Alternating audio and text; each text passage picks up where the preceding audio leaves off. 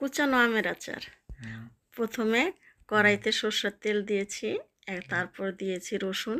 রসুনটাকে ভালো করে ভেজে আম কুচানোগুলো সরিষা, হলুদ গুঁড়ো, মরিচের গুঁড়োতে মাখানো সেটা ঢেলে দিয়েছি।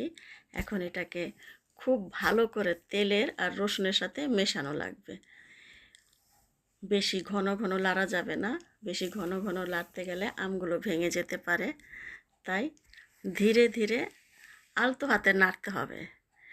নাড়ার পর কিছুক্ষণ পর ভাজা আচারের মশলাগুলো দিয়ে দিতে হবে।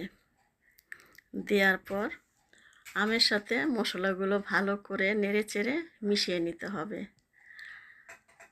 তারপর মেশানো হয়ে গেলে আপনার এটার মধ্যে সামান্য করে